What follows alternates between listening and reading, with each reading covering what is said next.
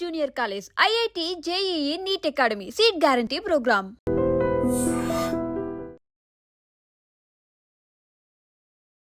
నమస్తే, welcome to I dream social spotlight with కవిత.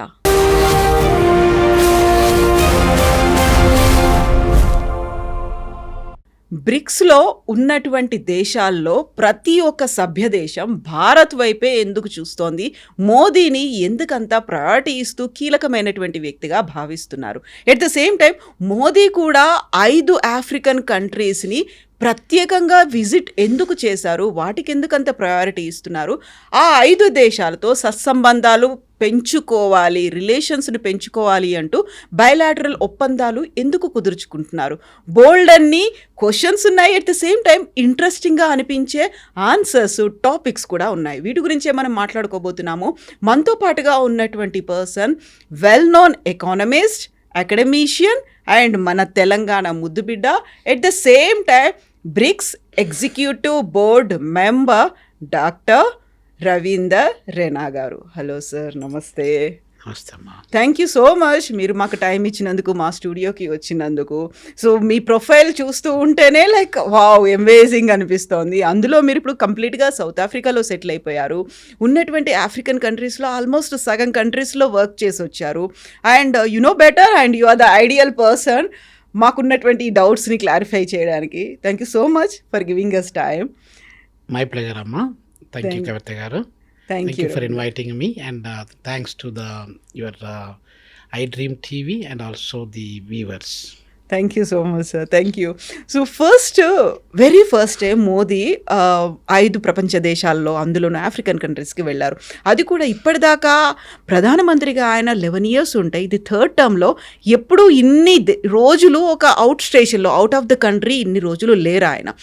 8 రోజులు అక్కడ పార్టిసిపేట్ చేశారు, 5 దేశాలని విజిట్ చేశారు, ఇమ్మీడియట్గా బ్రిక్స్ కూడా వెళ్ళారు. ఏంటంత 5 దేశాలు, అందులోనూ చిన్న చిన్న దేశాలు అనుకుంటాం. ఘనా ఏంటి, ట్రినిడాడ్ అండ్ టొబాగో ఏంటి, ఆర్మేనియా ఏంటి, ఇలాంటి కంట్రీస్కి ఎందుకు వెళ్ళారు ఆయన? అసలు వాటిని చూస్ చేసుకోవడం వెనక రీజన్ ఏంటి? కవిత గారు, చాలా మంచి ప్రశ్న అండి. మనము బ్రిక్స్ గురించి మాట్లాడుకున్నాం. తర్వాత మోడీ గారి యొక్క ప్రత్యేకమైన స్థానం బ్రిక్స్లో ఎందుకు అలా పెరుగుకుంటూ వస్తుంది అనేది ఒకటి మాట్లాడదాము. ఇప్పుడు బ్రిక్స్ అనేది Brazil, Russia, India, China, south Africa అండి. బ్రిక్ అనేది ఇప్పుడు మనం ఒకవేళ బిల్డింగ్ కట్టాలంటే ఒక బ్రిక్తో కట్టలేము కదా. ఒక బ్రిడ్జ్ కట్టాలన్నా కూడా ఒక బ్రిక్తో కట్టలేము. బ్రిక్స్ అనే దాన్ని మాత్రమే కట్టగలుగుతాం, ప్లూరల్ వర్డ్తోని.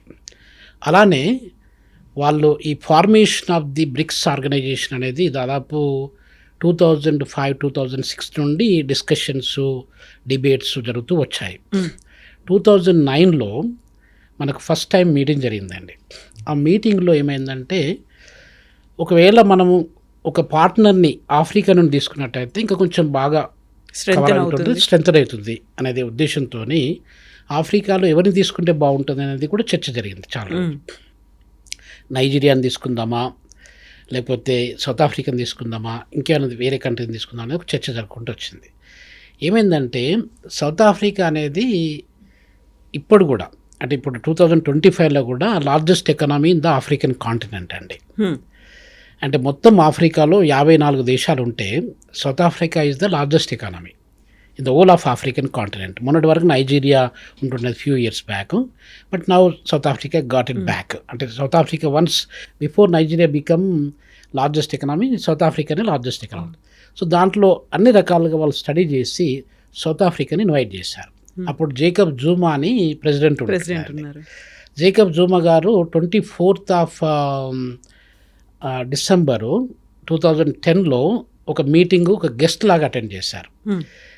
అప్పుడు మోదీ గారు లేరు. సో మిగతా బ్రిక్స్ లీడర్స్ వాళ్ళందరూ కలిసి కరెక్ట్గా వాళ్ళు ఇన్వైట్ చేయడం జరిగింది. దాంట్లో 2011 ఏప్రిల్ నుండి South Africa become the official member of BRICS. అది బ్రిక్ పోయి బ్రిక్స్ అయిందండి.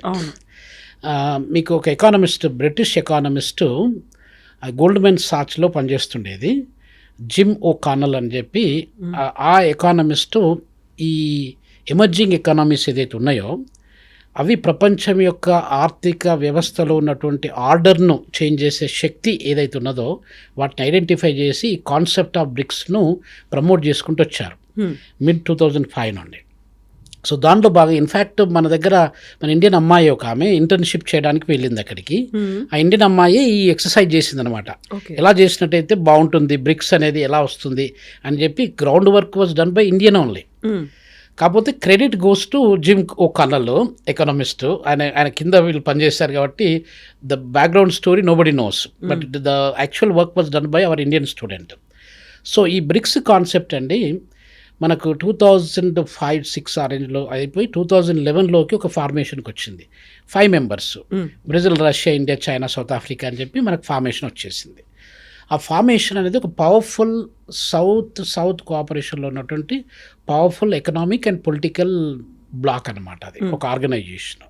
ఇప్పటి వరకు మనకు ఆర్థిక వ్యవస్థ అనేది ఎలా తయారైంది, ప్రపంచ ఆర్థిక వ్యవస్థ America is the dominant economy for the last 153 years అండి. 1871 నుండి ఇప్పటి వరకు 2025 వరకు ఒకటే ఒక ఆర్థిక వ్యవస్థ, ఒకటే ఒక దేశము, ప్రపంచంలో అగ్రగామిగా పవర్ఫుల్ ఆర్థిక వ్యవస్థగా ఉన్న దేశం ఒక అమెరికా ఒకటే. వేరే ఏవి రాలేదు, దానికి దగ్గరలో కూడా పోలేదన్నమాట. అది ఏం జరిగింది, ఎలా జరిగింది అనేది కూడా మనం విల్ డిస్కస్ అబౌట్ ఇట్.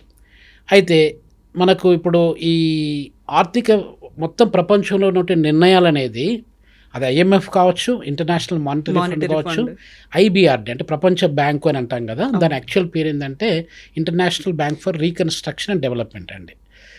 ఈ IBRD ఈ 2 పవర్ఫుల్ వ్యవస్థల్లో నిర్ణయాలు అనేది అమెరికా ఒక్కటే డామినేట్ చేస్తూ ఉంటుంది. అంటే ఎందుకు డామినేట్ చేస్తుందంటే అమెరికన్ డాలర్ అనేది share holder of America almost about 20-21% మొత్తం మనకు 195 దేశాల దానిలో మెంబర్లుగా ఉన్నట్టయితే దాంట్లో 20-21% of the total shares held by one country America. ప్రతి నిర్ణయంలో కూడా ఆ యొక్క అమెరికా డెసిషన్ మాత్రమే ఫైనల్ అయిపోతుంది అనమాట. ఇక్కడ నేను యుద్ధం జరిగినా, యుద్ధాన్ని ఆపేయాలన్నా ఇవన్నీ కూడా అమెరికా చేసుకుంటూ వచ్చింది. మనకి ఇక ఒక రష్యా అనేది ఒక పవర్ఫుల్ ఎకానమీగా, పవర్ఫుల్ కంపిటెంట్ ఒక కంట్రీగా, ఒక స్టఫ్ కాంపిటీషను అమెరికాకి ఇచ్చే కంట్రీగా రష్యా కూడా ఎదుర్కొంటూ వచ్చింది. I'm also visiting professor in Russian universities అండి. So I was there about 6-7 months ago. I was there in RUDN RUDN university అని మాస్కోలో గవర్నమెంట్ యూనివర్సిటీ అది. I'm still visiting professor there. ఇంకా దాంతోపాటుగా మీకు సెయింట్ పీటర్స్బర్గ్ స్టేట్ అని చెప్పి ఆ యూనివర్సిటీలో కూడా 300 సంవత్సరాల ఓల్డ్ యూనివర్సిటీ, అక్కడ కూడా నేను I work there 2 years ago as a visiting professor. Russia అది దాదాపు లెనిన్ టైం నుండి 1917 రెవల్యూషన్ నేను తీసుకున్నట్టయితే అప్పటి నుండి లెనిన్ గారు, స్టాలిన్, ఇంకా వచ్చినటువంటి లీడర్స్ అందరూ కూడా అమెరికాకు ధీటుగా ఒక ఆర్థిక వ్యవస్థను, ఒక పవర్ఫుల్ కూటమిని ఏర్పాటు చేయడానికి రష్యా కూడా ఎదుర్కొంటూ వచ్చిందండి. సో ఇప్పుడు కోల్డ్ వార్ అనేది ఒక మీకు తెలుసు అనుకుంటా. ఆ కోల్డ్ వార్ అనేది రష్యాకు అమెరికాకు మధ్యనే జరుపుకుంటూ వచ్చింది దాదాపు ఒక 3-4 decades పైన. 1990 తర్వాత మనకి USSR అనేది ఒక ఫార్మేషన్కు ఇంతకుముందు ఉంటుండేది. USSR అంటే union of Soviet socialist republic అని చెప్పి అంటుండేది మనము. దాన్ని బ్రేక్ చేయడానికి అమెరికా చాలా విధాల ప్రయత్నం చేసుకుంటూ వచ్చిందండి. ఏం జరిగింది చివరికి 15, ఇప్పుడు మీరు చెప్పారు కదా మోడీ గారు మన ఒక దేశానికి వెళ్ళారని చెప్పి, ఆ దేశాలన్నీ ఆర్మేనియా కానీ, జార్జియా కానీ, కజకిస్తాన్ కానీ, కిర్గిస్తాన్ కానీ, ఇవన్నీ కూడా ఉజ్బెకిస్తాన్ కానీ, Baltic republics, Lithuania, Latvia, Estonia, Russia, ఇవన్నీ కూడా ఒక 15 కంట్రీస్ కలిపి ఒక పవర్ఫుల్ బ్లాక్గా ఏర్పడ్డాయండి. వాటితో పాటుగా రొమేనియా, బుల్గేరియా, ఈవెన్ ఇథియోపియా ఇట్లాంటి కంట్రీస్ కూడా సోషలిస్ట్ కంట్రీస్గా అవి సపోర్ట్ చేసుకుంటూ వచ్చాయి. దీన్ని ఎప్పుడైతే అమెరికా బ్రేక్ చేసిందో మనకు ఒక పవర్ఫుల్ ఎకానమీ అంటూ లేకుండా అయిపోయింది. ఒక పవర్ఫుల్ దానికి అమెరికాకు కాంపిటీషన్ ఇచ్చేటువంటి ఆర్థిక వ్యవస్థ కానీ, దేశం కానీ, బ్లాక్ కానీ ఏది లేకుండా అయిపోయింది.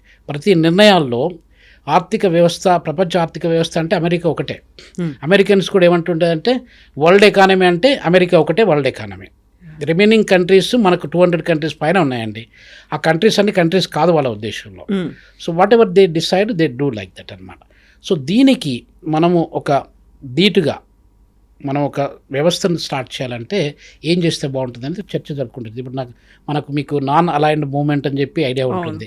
దానిలో నెహ్రూ గారు కానీ, మార్షల్ టిటో కానీ, తర్వాత నక్రూమా అని చెప్పి గానా నుండి మన ప్రైమ్ మినిస్టర్ గారు గానా కూడా వెళ్ళారు మొన్న.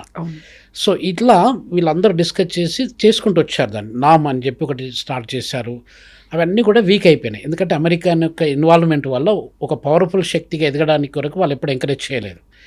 మన దగ్గర ఉన్న లీడర్షిప్ కూడా అంత కంటిన్యూ అయ్యి వాళ్ళని ఒక నెక్స్ట్ లెవెల్ తీసుకొచ్చి సౌత్ కంట్రీస్లలో ఒక పవర్ఫుల్ ఒక డెసిషన్ మేకింగ్ అథారిటీ కానీ, ఒక వాయిస్ కానీ ఉండాలనే ఉద్దేశము అది లేకుండా వచ్చింది. గ్రాడ్యువల్గా వీక్ అవ్వకుండా వచ్చింది.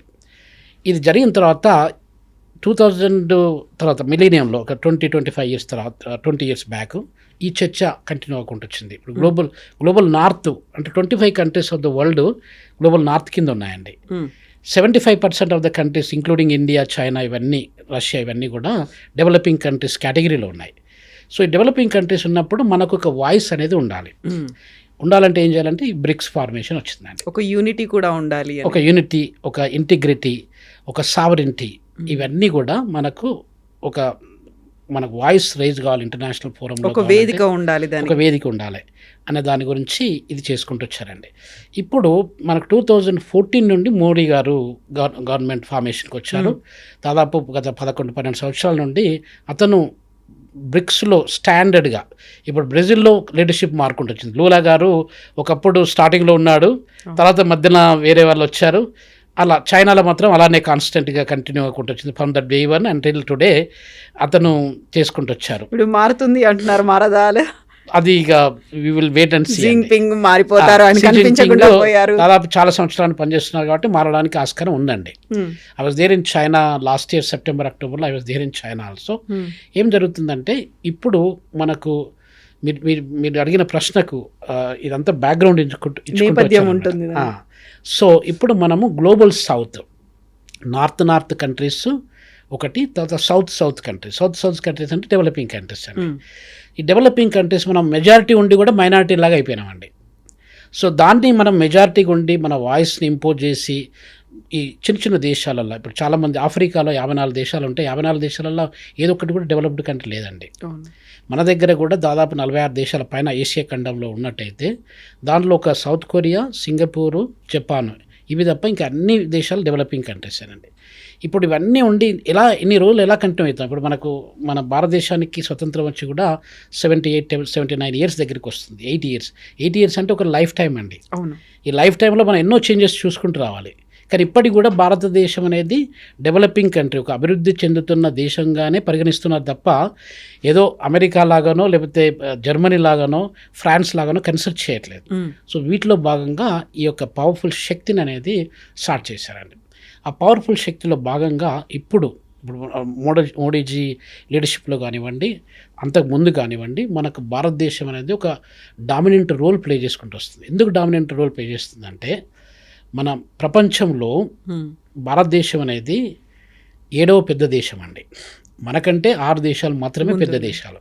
మనము 3.2 మిలియన్ స్క్వేర్ కిలోమీటర్ ల్యాండ్ను మొత్తం ప్రపంచంలో ఉన్న భూభాగంలో 149 మిలియన్ల స్క్వేర్ కిలోమీటర్లు అయితే దానిలో మనము 2.5% of the land occupied by India అండి. సో అదొకటి నంబర్ 1 పాయింట్. నంబర్ 2 పాయింట్ ఏంటంటే we are the largest populated country in the old world. మనకు ఇప్పుడు ప్రపంచ జనాభాలో మనము 18% కాంట్రిబ్యూట్ చేస్తున్నాం. అంటే ప్రతి 100 మంది జనాలు ఉన్నట్టయితే 18 మంది మన భారతీయులు అన్నమాట.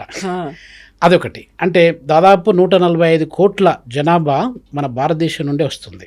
సో దట్ మేడ్ దాదాపు ఒక 2 ఇయర్స్ నుండి చైనా ఉంటుండేది ముందు. దాదాపు ఒక 70 సంవత్సరాల పాటు China was the largest populated country. We kick China out of the race and we become number 1 అండి. అదొకటి. మూడోది ఏంటంటే ప్రపంచ ఆర్థిక వ్యవస్థను చూసుకున్నట్టయితే we are the 4th largest economy అండి. మొన్ననే Japan was the 4th largest and we kick out the Japan also from the race. Now we become the 4th largest economy. 4వ ప్రపంచంలో ఉన్నటువంటి ఆర్థిక వ్యవస్థలలో భారతదేశము 4వ అతిపెద్ద ఆర్థిక వ్యవస్థగా మారిందండి. సో ఈ పొజిషన్స్తో పాటు మనకు పవర్ కూడా దాంట్లో బ్రిక్స్లో ఇంక్రీజ్ అవ్వకుంటూ పోతుంది. చైనా, మీకు ఇంకొక స్పెసిఫిక్ విషయం ఏంటంటే చైనా మొత్తం ప్రపంచ బ్యాంకు ఉందని చెప్పాను కదా మీకు. ప్రపంచ బ్యాంకులో ధీటుగా, అంటే ప్రపంచ బ్యాంక్ అంతా ఇప్పుడు ఎక్కడైనా ఆఫ్రికాకు లోన్ ఇవ్వాలన్నా, ఏషియాకు లోన్ ఇవ్వాలన్నా, నేపాల్కు లోన్ ఇవ్వాలన్నా, శ్రీలంకకు లోన్ ఇవ్వాలన్నా, లేకపోతే నైజీరియాకు లోన్ ఇవ్వాలన్నా ప్రపంచ బ్యాంక్ ఒకటే అన్నట్టుగా మనకు వండుకుంటూ వచ్చింది. ప్రపంచ బ్యాంకు ధీటుగా ఒక 100 కోట్లు $100 బిలియన్ మన క్యాపిటల్తో పాటుగా ఒక bank, BRICS new development bank అనేది ఒకటి స్టార్ట్ చేశారండి. దాదాపు అరౌండ్ 2011-12 ఆ రేంజ్లో స్టార్ట్ చేశారు. దాంట్లో హైయెస్ట్ కాంట్రిబ్యూషన్ ఇంతకుముందు మీకు చెప్పాను కదా, America contributes major portion to world bank and IMF. అలానే చైనా కాంట్రిబ్యూట్ $41 బిలియన్. ఇంకా మిగతా 4 దేశాలు ఉన్నాయి కదా, ఆ 4 దేశాలు 18 బిలియన్స్ వాళ్ళు కాంట్రిబ్యూట్ చేశారు. సో ఈ కాంట్రిబ్యూషన్లో ఏమవుతుందంటే అధిక శక్తి అనేది చైనా చేతిలో ఉంది. తర్వాత రెండో శక్తి మనకు పొలిటికల్ కావచ్చు, పాపులేషన్ వైజ్ కావచ్చు, ఎకనామీ పరంగా కావచ్చు, we are number 2 in the BRICS అండి. సో కాబట్టి మనకు ఆ పవర్ వచ్చిందనమాట. సో ఈ పవర్లో భాగంగా ఇప్పుడు మనకు ఈ $18 బిలియన్ కాంట్రిబ్యూషన్ ఒకటే కాకుండా బ్రిక్స్లో అత్యున్నతమైన స్థానాన్ని మోడీ గారు, ఇప్పుడు చైనాలో ఎలా ఉంటుందంటే, చైనా మన కౌంటర్ పార్ట్, మన నైబరు, మన కంపిటీటర్ ఆల్వేస్. చైనాలో ఎలా ఉంటుందంటే it's a purely socialistic country, non democratic country. We are the largest democratic country in the ప్రజాస్వామ్యంలో తీసుకున్నట్టయితే ప్రజాస్వామ్య దేశాలు చాలా తక్కువ ఉన్నాయి. ఆ ప్రజాస్వామ్య దేశాలలో మనము నంబర్ 1, ప్రపంచంలో number 1 democratic country in the world, largest democratic in the world. అట్లాంటి పరిస్థితులలో ఇండియాకు ఒక ప్రత్యేక స్థానం అనేది ఏర్పడుకుంటూ వచ్చింది బ్రిక్స్లో. దాంట్లో మీరు అది మోడీ గారిది కూడా, ఇప్పుడు మోడీ అని అంటే ఏమంటారు మన దగ్గర అంటే master of development of India అని చెప్పి ఒక అబ్రివియేషన్ క్రియేట్ చేశారు. అది మీరు చాలా వరకు విని ఉండొచ్చు, చదివి ఉండొచ్చు. అంటే is an individual but he became like an organization himself and he was trying to develop India is like a statesman, not like most of the politicians. ఇతను ఒక వ్యక్తిగా, ఒక వ్యవస్థగా వండుకుంటూ దేశాన్ని ఒక ప్రత్యేకమైనటువంటి దశలో నడిపించినట్టయితే, మనము దాదాపు 1947లో మనకి ఇండిపెండెన్స్ వచ్చినప్పుడు ఎట్లా ఉండేది, ఇప్పుడు ఎలా ఉన్నాము, 2047 ఎలా ఉంటుంది అని చెప్పి విజనైజ్ చేసుకొని మనము డెవలప్డ్ కంట్రీగా మారాలి అనే ఉద్దేశంతో వికసిత్ భారత్ అని కూడా మీరు విని ఉంటారు. ఆత్మనిర్భర్ భారత్, వికసిత్ భారత్ అని రకరకాల ప్రోగ్రామ్స్ వస్తూ ఉన్నాయి. Made in India, make India ఇట్లాంటి ఎందుకు జరుగుతున్నాయంటే, ఇప్పుడు మనము తలసరి ఆదాయంలో తీసుకున్నట్టయితే కవిత గారు, మనము ఏ జింబాబ్వే పక్కనో, మలావి పక్కనో, లేకపోతే బుర్కినా ఫాసో అని అట్లాంటి కంట్రీస్ పక్కనే కూర్చుంటున్నాం. మనము బల్గేరియా పక్కనో లేకపోతే రొమేనియా పక్కనో కూర్చోవట్లేదు. ఎందుకంటే మన యొక్క పర్ క్యాపిటల్ ఇన్కమ్ వాటికి థౌజండ్స్. ఇప్పుడు సపోజ్ మనకు సింగపూర్ పర్ క్యాపిటల్ ఇన్కమ్ ఉందనుకోండి, సింగపూర్ దాదాపు $130,000 పర్ క్యాపిటల్ ఇన్కమ్తో దాదాపు అది టాప్ 5 కంట్రీస్లో ఉన్నట్టయితే, మనము ప్రపంచంలో ఉన్న దేశాలలో దాదాపు 100 దేశాలలో 80 దేశాల మధ్యలో మనం కూర్చుంటూ ఉన్నాం. అది ఎన్ని రోజులు మనం అలా అవుతాం అన్నమాట. అంటే ఈ రోజులు ఇప్పుడు 2025లో అంటే దాదాపు 79-80 ఇయర్స్ నుండి ఇంకా వచ్చే 20-30 ఇయర్స్లో కూడా ఇలానే కంటిన్యూ అయితే మన ఇమేజ్ ఏంటి అసలు? మనం ఇప్పుడు మొత్తం ఓవరాల్గా చూసుకున్నట్టయితే ప్రపంచంలో 4వ అతిపెద్ద ఆర్థిక వ్యవస్థ మనది. కానీ ఆర్థిక వ్యవస్థ అయితే లాభం ఏంటి మనకు? తలసరి ఆదాయం పరంగా చూసుకున్నట్టయితే we're sitting next to any developing country. Nepal, Sri Lanka తలసరి ఆదాయం మనకంటే ఎక్కువ ఉంటుండొచ్చు, ఎందుకంటే పాపులేషన్ అక్కడ తక్కువ కాబట్టి. సో ఇలా జరుగుకుంటూ వస్తుంది. దీన్ని ఆయన చేంజ్ చేయడానికి మాస్టర్ ఆఫ్ డెవలపింగ్ ఇండియా అనేది కాన్సెప్ట్తోని ఈ యొక్క అభివృద్ధి చెందుతున్న దేశాన్ని అభివృద్ధి చెందిన దేశంగా మార్చడానికి ప్రయత్నాలు జరుగుతున్నాయి. ఇప్పుడు మనకు $2,200 పర్ క్యాపిటల్ ఇన్కమ్ ఉందండి. 2,200 దాన్ని కనీసం 25,000 నుండి 30,000 ఇప్పుడున్న ప్రపంచ బ్యాంక్ ఆర్థిక వ్యవస్థ క్లాసిఫికేషన్ ప్రకారంగా ఒక ఆర్థిక వ్యవస్థను మనం డెవలప్డ్ కంట్రీ అని చెప్పుకోవడానికి కనీసం $13,000 పర్ క్యాపిటల్ ఇన్కమ్ ఉన్నట్టయితే అది డెవలప్డ్ కంట్రీ కింద వస్తుందండి. మనం ఇంకా డెవలప్డ్ కంట్రీ అంటే 2,200 నుండి 13,000కి పోవాలంటే ఇట్ టేక్స్ టైం. ఇప్పుడు 5 ట్రిలియన్ ఎకానమీగా మనం పెట్టుకున్నాం. ఆ టార్గెట్ అనేది థర్డ్ టైం వచ్చినప్పుడు నేను అచీవ్ చేస్తాను అనే మాట చెప్పారు. రైట్. అక్కడి దాకా అడుగులు పడ్డాయా? ముందుకెళ్తున్నామా మనం? మేడం, ఇప్పుడు రిలేటివ్గా ఎలా జరుగుతుందంటే జరిగే చాలా మార్పులు జరుగుకుంటూ వచ్చాయి. మనము దాదాపు ఒక 15 ఇయర్స్ బ్యాక్ 1.5 ట్రిలియన్ కూడా లేకుండా మన దగ్గర 1.5-2 ట్రిలియన్ కూడా లేకుండా, మనం టాప్ 10లో కూడా లేకుండా, టాప్ 15లో కూడా లేకుంటే 2010 చైనా కూడా అంతే పరిస్థితి. చైనాకు మనకు కూడా పెద్ద తేడా ఏం లేకుంటే అండి.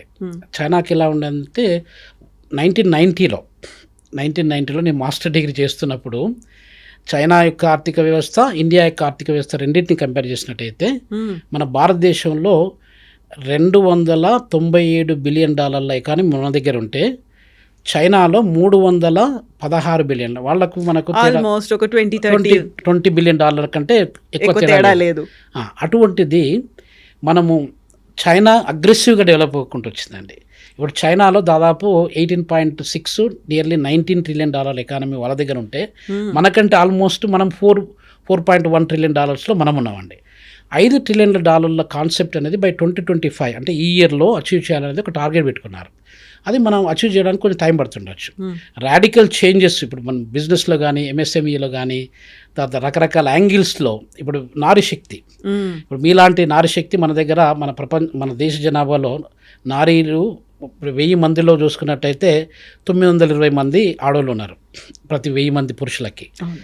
ఈ యొక్క నారీశక్తిని మనము యూజ్ చేసుకొని ఆ నారీశక్తిని ఎంకరేజ్ చేసినట్టయితే ఈ యొక్క ప్రస్తుతం ఉన్నటువంటి పరిస్థితిని మనం మార్పు చేయించడానికి ఆస్కారం ఉందండి. యూత్ కూడా మన దగ్గర ఇప్పుడు 15 years నుండి 35 years మధ్యలో చూసుకున్నట్టయితే around 60% of the youth know where in the world including African continent అంత 60% యూత్ అనేది ఇక్కడ లేరండి. ఈ 2 పవర్స్ని మనం యూజ్ చేసుకున్నట్టయితే మనము 3వ ప్రపంచ ఆర్థిక శక్తిగా మనము మారడానికి చాలా ఆస్కారాలు ఉన్నాయండి. జర్మనీ ఉంది. జర్మనీ యొక్క Germany is the 3rd largest economy. ఇప్పుడు ఆర్డర్లో చూసుకున్నట్టయితే కవిత గారు అమెరికా నెంబర్ 1 దాదాపు ఒక 30% అంటే $31 ట్రిలియన్ అమెరికా నుండి వస్తుంది. అదే మీరు 1800, 1820, 1830లో తీసుకున్నట్టయితే America was contributing less than 2%. ఇప్పుడు 30% పైన కాంట్రిబ్యూట్ చేస్తుంది.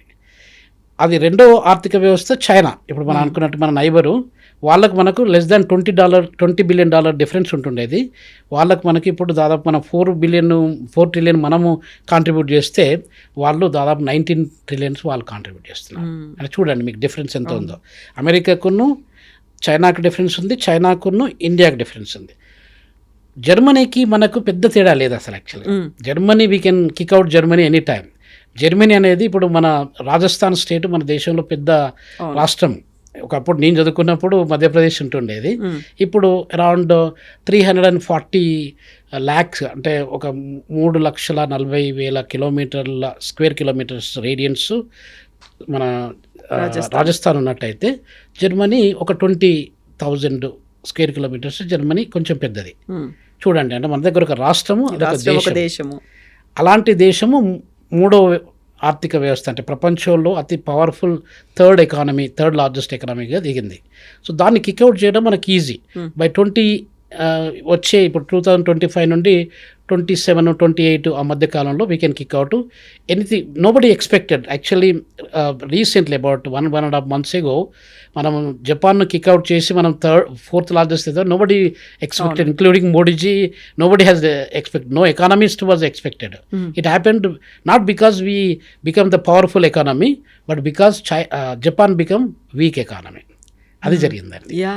సో ఇప్పుడు మనకి మీరు చెప్పినట్టుగా పర్ క్యాపిటా ఇన్కమ్ చాలా చాలా తక్కువ ఉంది. బుర్కినా ఫాసో అలాంటి వాటి పక్కన మనం కూర్చున్నాం అనుకున్నప్పుడు వై వీఆర్ హెల్పింగ్. ఇప్పుడు 5 ఆఫ్రికన్ కంట్రీస్ కావచ్చు, ఇప్పుడు బ్రిక్స్ సమ్మిట్కి వెళ్ళాలి అనుకున్నప్పుడు 5 రోజుల పాటు వాళ్ళ దగ్గరికి వెళ్ళారు.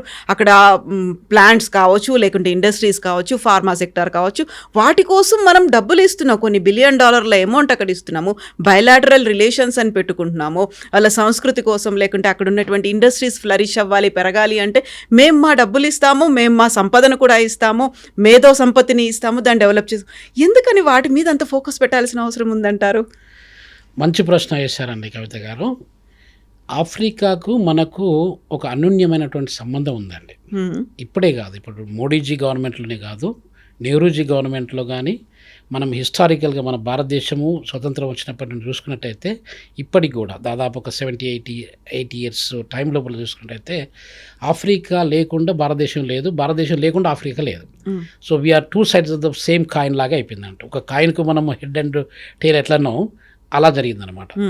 మనకు ఆఫ్రికాకున్న రిలేషను, ఆఫ్రికాకు చైనాకున్న రిలేషన్ కంప్లీట్లీ డిఫరెంట్ అండి. వాళ్ళు 1950s 55 నుండి అంటే చాలా వరకు ఆఫ్రికన్ కంట్రీస్ అప్పటి వరకు ఇంకా స్వతంత్రం రాలేదు. లిబియా, తర్వాత అట్లాంటి కొన్ని కంట్రీస్కి వచ్చాయి, కానీ చాలా వరకు లిబరేట్ కాలేదు. అప్పటి నుండి చైనా బికేమ్ మోర్ అగ్రెసివ్. వాళ్ళు ఇన్వెస్ట్మెంట్స్ చేస్తూ వెళ్ళారు. ఇప్పటికి కూడా దాదాపు డామినెంట్. మీరు సౌత్ ఆఫ్రికా తీసుకోండి, సౌత్ ఆఫ్రికాలో China is the dominant trading partner. దాదాపు కమ్సే కమ్ plus minus about $50 billion trade transactions ఈ రెండు కంట్రీస్ మధ్య జరుగుతుంటాయి. వేరే కంట్రీస్తో పోల్చుకున్నట్టయితే చాలా తక్కువ, చాలా ఎక్కువ ఇది. అదే మన భారతదేశం తీసుకున్నట్టయితే మన భారతదేశం also plays a key role in the whole of African continent. South ఆఫ్రికాకు మనకు చాలా మంచి ట్రేడ్ సంబంధాలు ఉన్నాయి. ప్రాబ్లం ఎక్కడ వస్తుందంటే మనం అంత అగ్రెసివ్ కాదు, మనం అంతా కొంచెం సాఫ్ట్, ఎప్పుడైనా వీలైతే హెల్ప్ చేస్తాము. బిజినెస్ అనేది కాకుండా, బిజినెస్ ఈజ్ నాట్ ఇంపార్టెంట్. మనం అనుకుంటాం కదా వసుదైక కుటుంబకము అనుకుంటాం కదా, సత్యమేవ జయతే వసుదైక కుటుంబకం అని నమ్ముతాం కదా. ఎక్స్టెండెడ్ ఫ్యామిలీస్ ఉన్నాయి. ఇంకొకటి కవిత గారు, మీకు ముఖ్యమైన విషయం ఏంటంటే ఆఫ్రికాకు ప్రపంచానికి ఒక రకమైన స్ట్రాంగ్ రిలేషన్షిప్ ఉంది. ఆ రిలేషన్షిప్ ఏంటంటే ఇప్పుడు మీరు హిస్టారికల్గా చూసుకున్నట్టయితే దాదాపు 230 మిలియన్ ఇయర్స్ బ్యాక్ తీసుకున్నట్టయితే హ్యూమన్ హిస్టరీని తీసుకున్నట్టయితే మనకు human beings first Adam and Eve అని చెప్పి మీరు హిస్టరీలో చదువుకొని ఉంటారు. ఆదమ్ అండ్ ఈవ్ ఎక్కడొచ్చారు వాళ్ళు? ఇథియోపియా, ప్రస్తుతం ఉన్నటువంటి ఇథియోపియాలో వచ్చారు.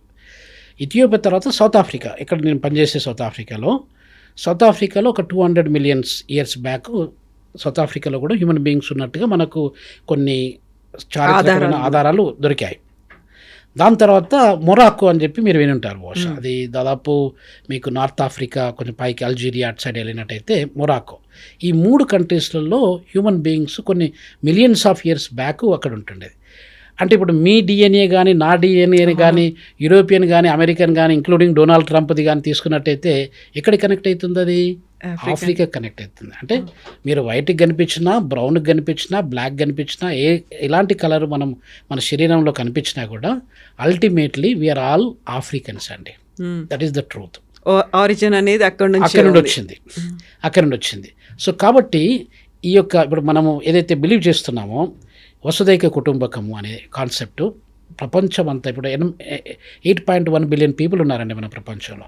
8.1 billion people ultimately we are one family.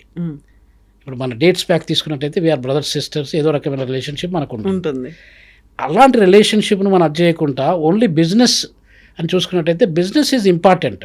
అంటే మనకి ఎకానమీ గ్రో చేయాలన్నా, తర్వాత మన యొక్క సిస్టమ్ను గ్రో చేయాలన్నా కూడా డబ్బులు ప్రతి ఒక్కరికి అవసరం, బిజినెస్ అవసరం.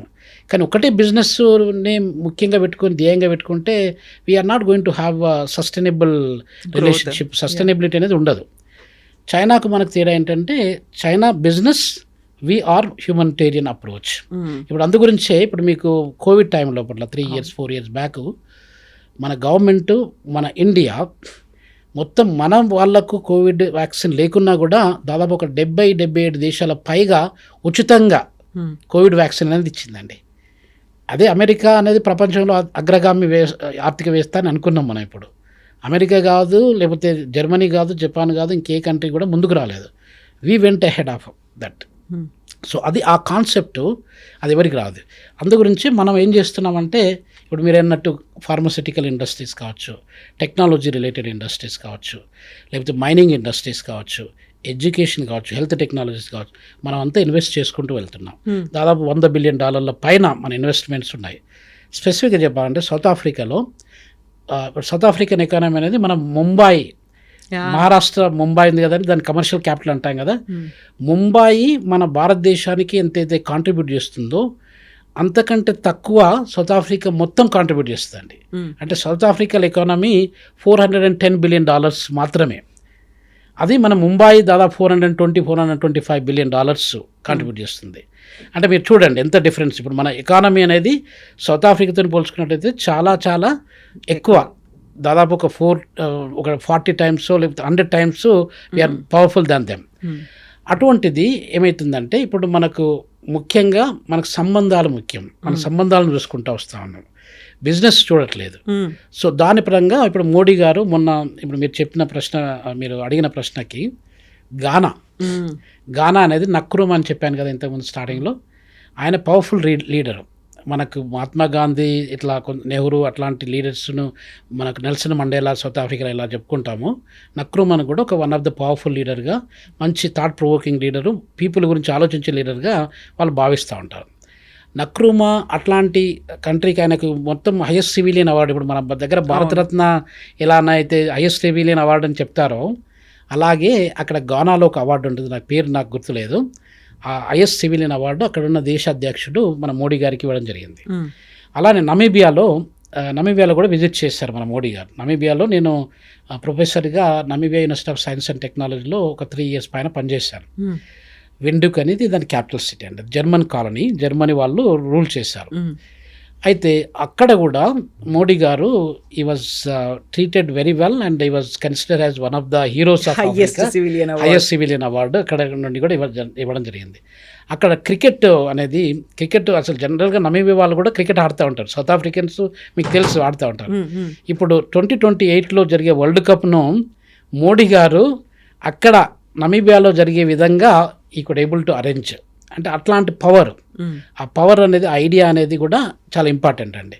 దాంతో ఇంకొక మోడీ గారు మొన్న ఇంటర్వ్యూలో ఏం చెప్పారంటే, ఐ వాజ్ జస్ట్ వాచింగ్, మీరు ఒకవేళ ఈ యొక్క మీ కప్పు కావాలన్నా, మీరు మీ యొక్క క్రికెట్ టీంని చాలా డెవలప్ చేయాలన్నా, మీరు ఎవరికి కాల్ చేయాలనో మీకు తెలుసు బాగా, కాబట్టి ఇండియాకి కాల్ చేయండి అని ఇండైరెక్ట్గా చెప్తున్నాను అనమాట. అంటే ఇట్లాంటి చేంజెస్ అనేది చాలా జరుగుతుంటాయి. ఇప్పుడు ట్రినిడాడ్ అండ్ టొబాగో అని అనుకోండి, చాలా చిన్న ఐలాండ్ కంట్రీ అది. అక్కడ కూడా మన భారతీయులు ఎప్పుడో చాలా సంవత్సరాల కింద వెళ్ళి అక్కడ సెటిల్ అయిపోయారు. పేరు మర్చిపోయాను, కౌసల్య మేడం ఏదో మేడం ఉన్నారు, ఆమె ప్రైమ్ మినిస్టర్ అక్కడ కూడా హైయెస్ట్ సివిలియన్ అవార్డు మన మోడీ గారికి ఇవ్వడం.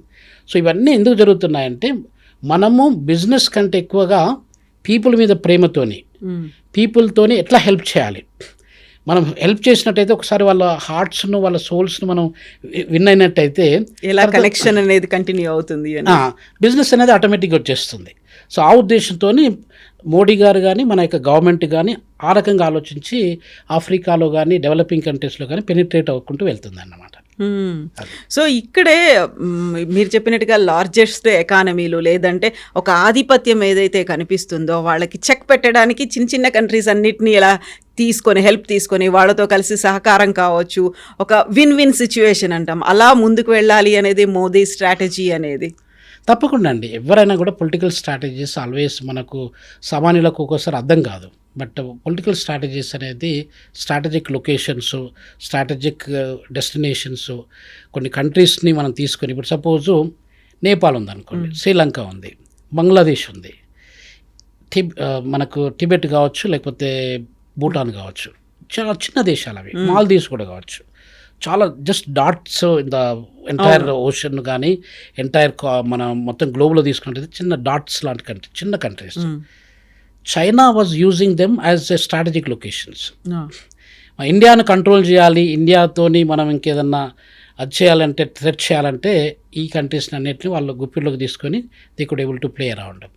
అలానే అంటే మనం అలా చేస్తాం కదా, India is the only country in the world, వేరే ప్రపంచంలో అన్ని కంట్రీస్, ఇప్పుడు మన రష్యా ఉక్రెయిన్ ఆక్రమించుకోవచ్చు, లేకపోతే రకరకాల కంట్రీస్ వార్స్ జరుగుతూ ఉన్నాయి. ఇప్పుడు రువాండాకును డిఆర్సీ కాంగోకు ఫైట్ కావచ్చు, ఇట్లా ఉన్నాయి. India is the only country అండి. సంవత్సరాలు, దాదాపు 1000 సంవత్సరాల కింద హిస్టరీ తీసుకున్నా, ఇండస్ వ్యాలీ సివిలైజేషన్ నుండి ఇప్పటివరకు తీసుకున్నా కూడా మనం ఎవరిని వాళ్ళ ఇంచు మందం భూమి కూడా ఆక్రమించలేదండి. We are non aggressive and peaceful country, truly democratic country, ఇప్పుడే కాదు హిస్టారికల్గా కూడా. సో ఆ అప్రోచ్ మనకు ఉన్నప్పుడు మనం వేరే వాళ్ళ ల్యాండ్ అక్రమంగా ఆక్రమించి తీసుకోవాల్సిన అవసరం లేదు. చైనీస్ ఉన్నారు 1962-60 మనకు వార్ జరిగినప్పుడు కొన్ని వేలాది హెక్టార్ల భూమిని వాళ్ళు ఆక్రమించుకున్నారు. పాకిస్తాన్ వల్ల కూడా ఆక్రమించుకున్నారు. బంగ్లాదేశ్ వార్ జరిగినప్పుడు ఏదో కొంత ఆక్రమణలు జరుపుకుంటూ వచ్చాయి. సో ఇట్లా జరుపుకుంటూ వచ్చినాయి, కానీ మనం పీస్ఫుల్ కంట్రీ కాబట్టి అలా చేయలేదన్నమాట. అయితే ఇప్పుడు వాళ్ళ కాన్సెప్ట్కు మన కాన్సెప్ట్ ఏంటంటే, ఇప్పుడు మనం ఇట్లాంటి టోగో ఉందనుకోండి, టోగోకు మీరు వెళ్ళాలనుకుంటే వీసా అక్కర్లేదు మీకు. టోగో అనేది చాలా చిన్న కంట్రీ ఆఫ్రికాలో, వెస్ట్ ఆఫ్రికా, గానా పక్కనే ఉంటుంది. అక్కడ టెంపుల్స్ కూడా ఉంటాయి. టోగోకు మనకు రిలేషన్షిప్ బాగుంది. మరి టోగో చాలా చిన్న దేశం కదా, దాన్ని ఎందుకు మనకు అవసరం లేదని చెప్పి వదిలేయడానికి లేదు. So these are the strategic location. Mauritius ఉందనుకోండి, Mauritius is also small island country. అక్కడ కూడా భారతీయులు చాలామంది ఉన్నారు. ప్రైమ్ మినిస్టర్ కూడా మన ఇండియన్ ఆరిజిన్ అతనే ఉన్నాడు. So I was there in Mauritius in 2018లో I was there in Mauritius. అక్కడ ఏమవుతుందంటే స్ట్రాటజిక్గా ఎక్కడెక్కడ మనకు ఒక్కొక్కసారి వాళ్ళకు మనకు లాభం లేకున్నా కూడా we just need to maintain the relationship. You never know, మనకు ముందు ఎప్పుడు తెలిసి రాదు ఎవరి అవసరము ఏ రకంగా మనకు ఉపయోగపడుతుందో మనకు తెలియదు. హోల్ హార్టెడ్గా అందరినీ బ్రదర్గా సిస్టర్గా ఒక ఫ్యామిలీ మెంబర్గా మీరు ట్రీట్ చేసినప్పుడు మనకు కష్టకాలంలో ఆ చిన్న చిన్న దేశాలు కూడా మనకు ఉపయోగపడడానికి ఆస్కారం ఉంటుంది. సో ఆ కాన్సెప్ట్తోని అట్లీస్ట్ ఎవ్రీ గవర్నమెంట్, మన ఇండియన్ గవర్నమెంటే కాకుండా every government we need to maintain the bilateral multilateral relationships అండి.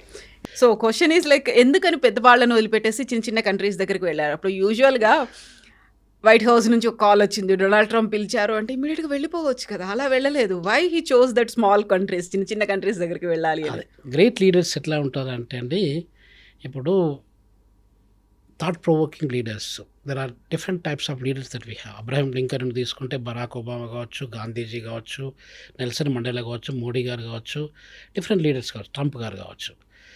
డిఫరెంట్ లీడర్షిప్ యాటిట్యూడ్స్, వాళ్ళ యాప్టిట్యూడ్స్, వాళ్ళ యొక్క విజనరీ అప్రోచెస్ డిఫరెంట్గా ఉంటాయండి.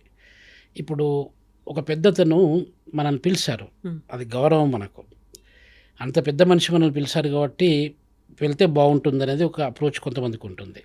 కొంతమందికి ఏముంటుందంటే, నా కొరకు వెయిట్ చేసే వాళ్ళు చిన్నవాళ్ళు చాలామంది ఉన్నారు. ఆ చిన్నవాళ్ళు is more important to me than somebody big. So కాబట్టి వాళ్ళకు నేను హ్యాండ్ ఇచ్చి వాళ్ళని ఎట్లా లిఫ్ట్ చేయాలనేది నేను ప్రయత్నం చేస్తుండాలి. వాళ్ళు గొప్పవాళ్ళు అయినట్టయితే నేను కూడా ఆటోమేటిక్గా గొప్పవాళ్ళు అయితే పోతాను. నాతో పాటుగా అందరూ ఎదగాలి, అందరూ ఎదగాలి ఆ అప్రోచ్. ఇప్పుడు you give the hand to lift somebody, you don't use the leg to crush somebody. అట్లాంటి అప్రోచ్ చాలా తక్కువ మంది లీడర్స్లో ఉంటుంది. ఇప్పుడు ఏంటంటే, మనకు ఇంతకుముందు మీకు చెప్పాను కదా, 75% ప్రపంచము 200 దేశాల పైన ఉన్నట్టయితే 75% అందరూ డెవలపింగ్ కంట్రీస్ అండి. జింబాబ్వే కావచ్చు, అది నైజర్ కావచ్చు, చాద్ కావచ్చు, సుడాన్ కావచ్చు, సొమాలియా కావచ్చు, ఇథియోపియా కావచ్చు, ఎరిట్రియా కావచ్చు, ఇవన్నీ కూడా పేద దేశాలు. ఈ పేద దేశాలను ఎవరు పట్టించుకుంటారు? మనలాంటి వాళ్ళు పట్టించుకోకపోతే వేరే వాళ్ళు ఎవరు పట్టించుకుంటారు చెప్పండి? ఎన్ని సంవత్సరాల పాటు వాళ్ళు, దాదాపు ఇండిపెండెన్స్ వచ్చి చాలా సంవత్సరాలు అవుతుంది వాళ్ళకు కూడా మనలాగానే. వాళ్ళు అలానే ఉండిపోతే ఆకలి చాలుతో చచ్చిపోయే వాళ్ళు చాలామంది ఉన్నారండి ఆఫ్రికాలో. మిలియన్స్ ఆఫ్ పీపుల్ ఫామైన్స్, డ్రౌట్స్ అట్లాంటి వాటితోని చనిపోయే వాళ్ళు, చిన్న చిన్న పిల్లలు చనిపోయేవాళ్ళు. అలాంటి వాళ్లకు మీరు నిలబడి వాళ్ళకి ఏదో చేతనైనంత సహాయం మీరు చేయకపోతే, అమెరికన్ ఇప్పుడు ట్రంప్ గారు వచ్చారు, ట్రంప్ గారు వచ్చి ఉన్నటువంటి ప్యాకేజెస్ కానీ ఎయిడ్ కానీ అంతా బంద్ చేసేసారు, ఆఫ్రికాకి టారిఫ్స్ పెట్టేశారు. ఇలా జరిగినప్పుడు హ్యూమనిటేరియన్ గ్రౌండ్లో చూసుకున్నట్టయితే పీపుల్ ఈ రోజు నుండి రేపటి వరకు బతికితే ఎల్లుండో నెల రోజుల తర్వాతనో సంవత్సరం తర్వాతనో ఏం జరుగుతుందని మనం తర్వాత చూసుకోవచ్చు. అసలు ఈరోజు పీపుల్ లేకుండా అయినట్టయితే మీరు తర్వాత ఏం చేసినా చేయకపోయినా కూడా వేస్టే కదా. సో అట్లాంటి అప్రోచ్తోని మోడీ గారు at least let us try to stand with our developing countries, small countries. ఇప్పుడు దాదాపు ఒక 100 దేశాలు మీరు తీసుకున్నట్టయితే, క్రూగర్ నేషనల్ పార్క్ అని ఒకటి ఉందండి, మీకు ఐడియా ఉందో లేదో. సౌత్ ఆఫ్రికాలో one of the biggest national parks. దాని ఏరియా ఎంత ఉంటుంది? దాదాపు 20,000 స్క్వేర్ కిలోమీటర్స్ ఉంటుందండి. మీరు సింగపూర్ తీసుకోండి, సింగపూర్ అనేది దాదాపు 750 స్క్వేర్ కిలోమీటర్లు మాత్రమే. మన హైదరాబాద్లో సగం ఉంటుంది, ఢిల్లీలో కూడా సింగపూర్ సగం ఉంటుంది. అట్లాంటి క్రూగర్ నేషనల్ పార్క్ ఒకటే మన ప్రపంచంలో ఉన్నటువంటి దాదాపు 70-80 దేశాల కంటే పెద్ద సైజులో క్రూగర్ నేషనల్ పార్క్ ఒకటే. అంటే అక్కడ సింహాలు, ఎలిఫెంట్స్ అట్లాంటివన్నీ ఉంటాయండి. అంటే అక్కడ ఏంటంటే, మీరు ఎంత పెద్దగా ఉన్నా కూడా చిన్న వాళ్ళతో చేయగలిపి చిన్న వాళ్ళతో పోయినప్పుడే you are a great leader. So you don't look at the short term benefits but the long term approach, long term benefits. అది జరిగిందనమాట. సో ఇక్కడే ఇంకొక రకమైనటువంటి వాదన కూడా ఇప్పుడు మోదీ 5 కంట్రీస్ విజిట్కి సంబంధించి ఇస్తున్నటువంటి ఇంకొక నిర్వచనం కూడా ఆల్రెడీ ట్రంప్ బోల్డన్ని టారిఫ్లు విధిస్తున్నారు, సబ్సిడీలు కట్ చేశారు, ఆ తర్వాత కొన్ని ఆంక్షలు దేశాల మీద కూడా ఉన్నాయి. ఇరాన్ ఇజ్రాయెల్ తర్వాత మనకి చమురు ఉత్పత్తులు రావడానికో లేకుంటే ఇంపోర్ట్స్ ఎక్స్పోర్ట్స్ మీద ఎక్కువ శాతం సుంకాలు ఇవన్నీ పెట్టేసరికి వాళ్ళని వదిలేసి ఎక్కడైతే రేర్ ఎలిమెంట్స్ ఉన్నాయో, ఎక్కడైతే అవి నిక్షిప్తమై ఉన్నాయో, భవిష్యత్ తరాలకు పనికొస్తాయో, but they are unable to dig that, తీసి వెలికి తీయడం కష్టం అవుతుంది. కాబట్టి వాళ్ళకి హెల్ప్ చేయడం వల్ల వాళ్ళకి హెల్ప్ అవుతుంది, మనకు కూడా వేరే దేశాల ఆంక్షలతో మనం ప్రతిసారి ఆల్టర్నేట్స్ వెతుక్కోవడం అనేది తప్పుతుంది. కాబట్టి అక్కడికి వెళ్ళారు అనేటువంటి ఇంకొక యాంగిల్ కూడా ఉంది కదా. అదే మేడం, ఇప్పుడు పర్స్పెక్టివ్స్ అనేది అందరూ ఒకే రకంగా ఆలోచించారు. మనం ఒక ఆబ్జెక్ట్ను మనం అక్కడ చూపించి అదేంటి అని అంటే 10 మంది 10 రకాల ఆన్సర్లు చెప్పవచ్చు. సో కాబట్టి మీ మైండ్లో ఎలాంటి ఆలోచన వస్తుంది, నా మైండ్లో ఎలాంటి ఆలోచన వస్తుంది, మన చుట్టుపక్కల వాళ్ళ మైండ్లో ఎలాంటి ఆలోచన వస్తుంది మేము చెప్పలేము. ఎందుకంటే అందు గురించి ఇప్పుడు మనం ఆర్టికల్ రాసేటప్పుడు ఒకే సబ్జెక్ట్ మీద బ్రిక్స్ మీద మీరు ఆర్టికల్ రాయంటే మీ అప్రోచ్ వేరే ఉంటుంది, నా అప్రోచ్ వేరే ఉంటుంది. అలానే people they talk differently, they look at ఏది జరిగినా కూడా ఒక వ్యక్తి గురించి కానీ, ఒక వ్యవస్థ గురించి కానీ, ఒక పాలసీ గురించి కానీ డిఫరెంట్గా మాట్లాడుతూ ఉంటారు. అతను ఏం చేస్తున్నాడు, ఎలా చేస్తున్నాడు, ఎందుకొరకు చేస్తున్నాడు అనేది అతనికి ఒక అప్రోచ్ ఉంటుంది, ఒక డైరెక్షన్ ఉంటుంది, ఒక డిటర్మినేషన్ ఉంటుంది. సో దాంట్లో భాగంగా ఎవరేం మాట్లాడినా కూడా అందరూ వాళ్ళు ఇట్లా మాట్లాడుతున్నారు, వాళ్ళకి మనం ఆన్సరబుల్ ఉండాలని చేసినట్టు అయితే మనం చేసే పాలసీస్ అన్నీ సక్సెస్ఫుల్గా ఇంప్లిమెంట్ కాకపోవచ్చు. ఎగ్జాక్ట్లీ ఫోకస్ అనేది దేని మీద పెట్టుకోవాలి, ఫోకస్ అనేది ఉండాలన్నమాట. ఆ ఫోకస్డ్ అప్రోచ్ లేకపోతే what ever you work hard day and night అది మీకు డీవియేట్ అయిపోతుంది, ఫ్రూట్లెస్ అయిపోతుంది. మనము ఎదగాలి, వాళ్ళని ఎదగనివ్వాలి, ఒక విన్ విన్ సిచ్యువేషన్ అనేది ఉండాలి. అండ్ మనకు కావాల్సినటువంటి బోల్డ్ అంతమంది మిత్రులను కూడా కలుపుకొని ముందుకు వెళ్ళాలి. అది ఈగల్టేరియన్ అప్రోచ్ అండి. ఈగల్టేరియన్ అప్రోచ్ మన దగ్గర మిస్ అవుతుంది. ఇప్పుడున్న బిజినెస్ వల్ల మేడం ఏం జరుగుతుందంటే ప్రతి ఒక్కరు డబ్బుల గురించి ఆలోచిస్తున్నారు. That is wrong. ఎందుకని చెప్తున్నానంటే మన ప్రపంచంలో ఇప్పుడు ఇంతకుముందు 233 మిలియన్ ఇయర్స్ బ్యాక్ జనాలు పుట్టారు కదా, ఫస్ట్ హ్యూమన్ బీయింగ్స్ అనేది వచ్చారు కదా మన ప్రపంచానికి. మీరు ఒక 9 lakhs ఇయర్స్ బ్యాక్ మన పాపులేషన్ చూసుకున్నట్టయితే మొత్తం ప్రపంచ జనాభా 1300 మంది కూడా లేరండి. 1300 జనాభా ఇప్పుడు మీకు మీ టీవీ సరౌండింగ్స్లో మీకు ఈజీగా ఒక 3-4 వేలు 10,000 మంది ఈజీగా ఉంటారు ఇక్కడ. ప్రపంచ జనాభా మనకు 9 లక్షల సంవత్సరాల కిందట 1300 మంది మాత్రమే ఉండేవాళ్ళు. అసలు హ్యూమన్ బీయింగ్స్ అనేది ఎక్స్టెంట్ అయ్యడానికి ఆస్కారం ఉంటుండే అప్పుడు. ఎందుకంటే అప్పుడు డైనోసార్స్ అవి పెద్ద పెద్ద వైల్డ్ ఎనిమల్స్ ఉత్పాతాలైనాయి. తర్వాత ఇప్పుడు ఒక 108 బిలియన్ల జనాభా ఈ ప్రపంచంలో పుట్టి చనిపోయారండి ఇప్పటి వరకు. ఇప్పుడున్న 8.1 బిలియన్ కూడా మనకు వచ్చే 100 సంవత్సరాలలో ఎవరు మిగలరు, అందరు చనిపోతారు. మనం ఏదో ఒక రోజు అందరం చనిపోతాం. వాళ్ళు ఐన్స్టైన్ కావచ్చు, పెద్ద పెద్ద సైంటిస్టులు కావచ్చు, గొప్ప లీడర్స్ కావచ్చు, అందరూ వచ్చారు వెళ్ళిపోయారు. ఈ చిన్న టైం లోపట్ల జీవితం అనేది ఒక నీటి బుడగ లాంటిదండి. ఈ నీటి బుడగలో మనం ఏది చేసినా కూడా ఒక లెగసీ అనేది క్రియేట్ చేయాలి. మనం ఎన్ని బిలియన్స్ ఇప్పుడు ఎలాన్ మాస్క్ ఉన్నాడండి. Elon Musk the richest man. ఆయన కూడా నాలాగానే సౌత్ ఆఫ్రికా నుండే వచ్చినాడు. అవును. So south Africa Pretoria high స్కూల్లో he was studying there in the boys high school. Intermediate వరకు చదువుకున్నాడు అక్కడ. ఇప్పుడు ఆయన ఆదాయం అనేది $407 బిలియన్ల ఇన్కమ్ ఉంది. ఎవరికి లేదు. ఇంకా మిగతా జెఫ్ బెజోస్ వేరే వాళ్ళని ఎవరు తీసుకున్నా, లారీ పేజ్ వీళ్ళని తీసుకున్నా, ఈవెన్ మార్క్ జుకర్బర్గ్ తీసుకున్నా కూడా ఆయన ఇక్కడ సగంలోనే ఉన్నారు. ఇవన్నీ ఏం చేస్తాం మనం డబ్బులు? At least you create some impact.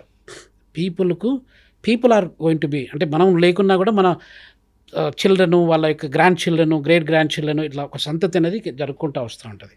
So you create a legacy there. You became a rich, super rich. మీరు బంగారాన్ని అయితే తినలేరు కదా, డైమండ్స్ అని తినలేరు కదా.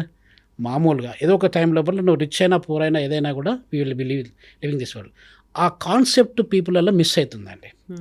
ఆ కాన్సెప్ట్ను మనం అందరం రియలైజ్ అయిపోయి సాధ్యమైనంత వరకు నేను 100 కోట్ల రూపాయలు సంపాదించాను, 100 కోట్ల రూపాయలలో కనీసం ఒక 20 కోట్ల రూపాయలు పేద ప్రజల కొరకు వాళ్ళ లైఫ్లో ఏదన్నా చేంజ్ చేయడానికి, పాజిటివ్ చేంజ్, ఒక కన్స్ట్రక్టివ్ చేంజ్, ఒక సస్టైనబుల్ చేంజ్, వాళ్ళకి లైవ్లీహుడ్ ఇవ్వడానికి కొరకు నేను ప్రయత్నం చేసినట్టయితే then all these things will be changed. ఇప్పుడు మన దగ్గర ప్రపంచంలో అతి ఎక్కువ దరిద్రులు ఉన్నటువంటి దేశము అన్ఫార్చునేట్లీ మన దేశం అండి. దాదాపు ఒక 200 మిలియన్ల పైన జనాలు మన దేశంలో ఉన్నారు. చాలా అంటే ఒక 3 పూటలు కాదు కదా, 2 పూటలు కూడా తినలేని పరిస్థితిలో ఉన్నారండి. ప్రాపర్ వాటర్ కానీ, ప్రాపర్ శానిటేషన్ కానీ, ప్రాపర్ ఎడ్యుకేషన్, హెల్త్ ఫెసిలిటీ లేకుంటున్న వాళ్ళు ఉన్నారు. నైజీరియాలో ఉన్నారు ఒక 15%, మన దగ్గర 24% ఉన్నారు. తర్వాత డిఆర్సీ కాంగోలో ఒక 7% ఉన్నారు.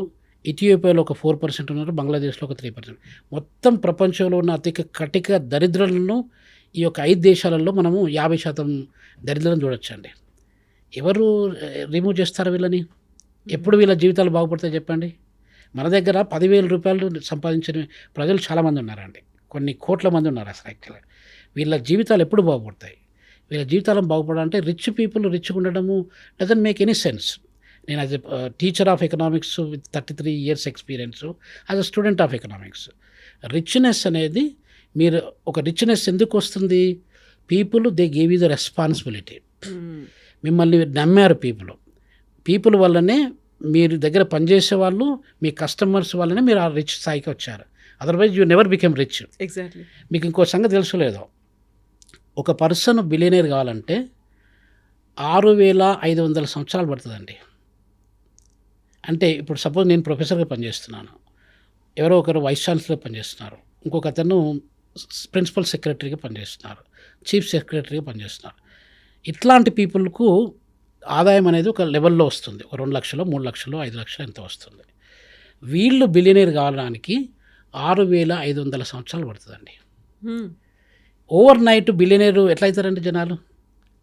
ఎలాన్ మాస్క్నే తీసుకోండి. ఎలాన్ మాస్క్ 10 సంవత్సరాల కిందట నోబడి నోస్ హిమ్. $20 బిలియన్ కూడా ఆయన దగ్గర లేకుండేది. You will become the first trillionaire in the world very soon.